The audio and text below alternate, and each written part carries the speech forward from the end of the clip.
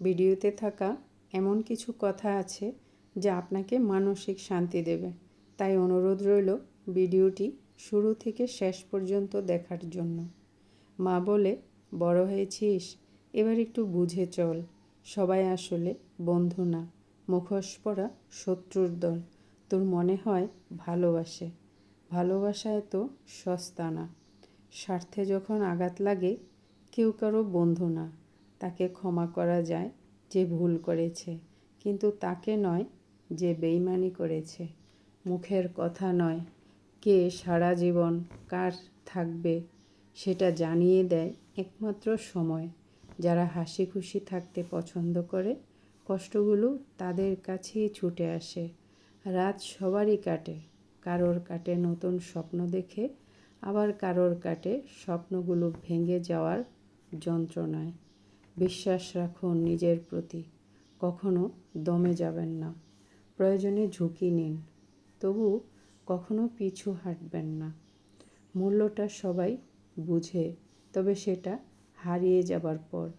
সম্পর্কের নাম যাই হোক, খারাপ সময়ে যে পাশে থাকে তাকে সব থেকে আপন বলে মনে হয়। মাঝে মাঝে কিছু মানুষ প্রমাণ করে দেয় তারা বিশ্বাস আর ভালোবাসার যোগ্য নয়। ছেঁড়া লুঙ্গি আর গামছা পরে স্বাধীনতা এনেছিল অশিক্ষিত মূর্খ কামলারা, আর এখন প্যান্ট শার্ট কোট টাই পরে দেশ ধ্বংস করছে বড় বড় শিক্ষিত বাটপারেরা। আমাকে ভুলে যাওয়াটা অস্বাভাবিক কিছু নয়। প্রয়োজন ফুরালে মানুষ সৃষ্টিকর্তাকেই ভুলে যায়, আর আমি তো সাধারণ মানুষ মাত্র। ঝগড়ার পর যে প্রথম কথা বলে সে নির্লজ্জ না, তার কাছে সম্পর্কটার মূল্য বেশি। একটা মানুষ কখনো তার প্রিয়জনের ওপর রাগ করে না, যা করে তা হচ্ছে অভিমান। আর অভিমান কখনো রাগ থেকে হয় না, হয় কষ্ট থেকে। পথটা যখন একাই চলতে হবে, তখন পেছনে কে কী বলল সেটা শুনে লাভ নেই। কেউ চেয়েও পায় না, আর কেউ পেয়েও তার গুরুত্ব বুঝে না।